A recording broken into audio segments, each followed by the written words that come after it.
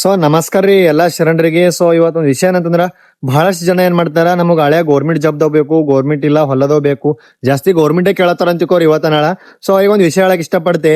ಹೊಯ್ದು ನೀವು government job ಬೇಕ್, ಅದರ ಮುಂದಿನ ನಿಮ್ ಮಕ್ಕಳಿಗೆ ನೀವು ಗೌರ್ಮೆಂಟ್ ಶಾಲೆಗೆ ಓದಿಸ್ರಿ, ಓದ್ಸಲ್ಲ ನಿಮ್ಗೆ ಗೌರ್ಮೆಂಟ್ ಹಳೆ ಅಷ್ಟೇ ಬೇಕಿತ್ತು, ನಿಮ್ ಪರಗಳಿಗೆ ಈಗ ಪ್ರೈವೇಟ್ ಶಾಲೆ ಕಲ್ತ್ ಬಂದ್ ಗೌರ್ಮೆಂಟ್ ಜಾಬ್ ಬೇಕು.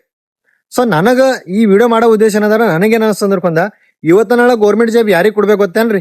ಯಾರು ಗೌರ್ಮೆಂಟ್ ಶಾಲೆಗೆ ಓದಿ, ಯಾರು ಗೌರ್ಮೆಂಟ್ ಸ್ಕೂಲಿನ ಹೆಸರು ತಂದ್ ಅವ್ರ ಮುಂದೆ ಹೋಯ್ತಾರ ನೋಡ್ರಿ, ಅವ್ರಿಗೆ ಅಂತಾನೆ ಗೌರ್ಮೆಂಟ್ ಜಾಬ್ ಕೊಡ್ಬೇಕಂತ ನನ್ನ ಅಭಿಪ್ರಾಯ ಅದ.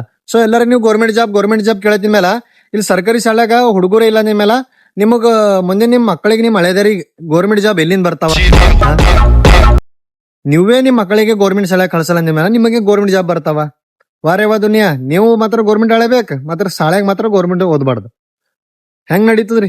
ಸೊ ನನ್ನ ಮಾಡೋ ಉದ್ದೇಶ ಏನಂದ್ರ, ಮುಂದ್ ಜನರಿಗೆ ಯಾರಿಗ್ ಬಿ ಗೌರ್ಮೆಂಟ್ ಶಾಲೆ ಯಾರು ಓದ್ತಾರ ನೋಡ್ರಿ ಜಾಸ್ತಿ 10th ತಕ, ಸೊ ಅವರಿಗೆ ಎಜುಕೇಶನ್ ಇರಬೇಕು, ಗೌರ್ಮೆಂಟ್ ದಾಗ ಜಾಬ್ ಇರ್ಬೇಕಂತ ನನ್ನ ಅಭಿಪ್ರಾಯ ಅದ. ಸೊ ನಿಮ್ ಅಭಿಪ್ರಾಯ ಏನಂತ ಅವ್ ಎಲ್ಲರಿಗೂ ವಿಡಿಯೋ ಶೇರ್ ಮಾಡ್ರಿ. ನಮ್ಮ ಸರ್ಕಾರಿ ಶಾಲೆಗಳು ಉಳಿಬೇಕ್ರಿ, ಬಹಳ ಅಂದ್ರ ಹಿಂದುಳಿದ ನಮ್ಮ ಸರ್ಕಾರಿ ಶಾಲೆಗಳು ಈಗಂತರೂ ಬಹಳ ಹಿಂದುಳಿತಾವ್.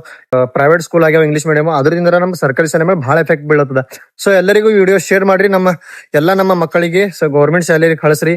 ಆಗ ನಮ್ಮ ಸರ್ಕಾರಿ ಶಾಲೆಗಳು ಉಳಿಬೇಕು, ನಮ್ಮ ಊರು ನಮ್ಮ ಹೆಮ್ಮೆ ನಮ್ಮ ಶಾಲೆ ಅಂತ ಹೇಳಿ ಹೇಳಕ್ ಇಷ್ಟಪಡ್ತೀನಿ. ಮತ್ತೆ ಎಲ್ಲರಿಗೂ ವಿಡಿಯೋ ಶೇರ್ ಮಾಡ್ರಿ. ಮತ್ತೆ ಸಿಗಮಿ. ಜೈ ಹಿಂದ್, ಜೈ ಕರ್ನಾಟಕ, ಭಾರತ್ ಮಾತೆ, ನಮಸ್ಕಾರಗಳು.